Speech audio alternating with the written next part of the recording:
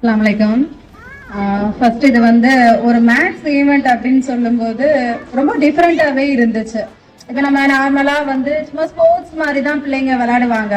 ஆனா இதுக்குள்ள மேத்ஸ் கொண்டு அந்த பிள்ளைங்களுக்கு கத்துக்கிறதுக்கு நிறைய இருந்தாங்க. இப்ப பாப்பாலாம் எடுத்துக்கோங்க, ஒரு 3 நாளாவே டேபிள்ஸ் வச்சு வீட்டுல கயிறை இழுத்துக்கிட்டு அவங்களுக்குலாம் 7th 8th டேபிள்ஸ்லாம் தெரியாது பாப்பாவுக்கு.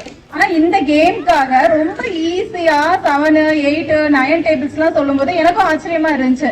இவ்வளவு நாளா 7 சார் 7 7 சார் போட்டி நம்ம சொல்லி கொடுத்தது போக இதனால கயிறை இழுத்துட்டு அசால்ட்டா பாப்பா டேபிள்ஸ் சொல்லுது அப்படிங்கிறது அது ரொம்ப நல்லா இருந்துச்சு. ஒரு டிஃப்ரெண்டான ஒரு முயற்சி. ஒவ்வொரு நேரமும் ஒவ்வொரு இதுலயும் ஸ்கூலை எந்த அளவுக்கு இம்ப்ரூவ் பண்ணி கொண்டு போகணும்னு சார் ஒவ்வொரு இதையும் பார்த்து பார்த்து செய்யறது ரொம்ப சந்தோஷமா இருக்கு.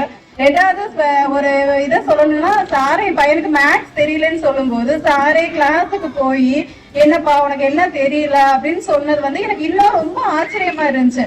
என்னடா நம்ம சார்ன்ற ஒரு குறைன்னு சொல்லிட்டு வந்தா அதை உடனே சார் பண்ணிட்டு, நான் இருக்கேன் உங்க பையனுக்கு டெய்லி ஈவினிங் என்கிட்ட அனுப்புங்க, நான் மேத்ஸ் சொல்லி தரேன் அப்படின்னு சொன்னது எனக்கு ரொம்ப இதா இருந்துச்சு. எப்படி ஒரு கரஸ்பாண்டன்ட் எப்படி இந்த இதோ இப்ப நம்ம எப்படின்னா ஒரு மிஸ் நடத்துவாங்க, நம்ம புரியலன்னு சொன்னோம்னா அந்த மிஸ் தான் அதை கிளியர் பண்ண நினைப்பாங்க.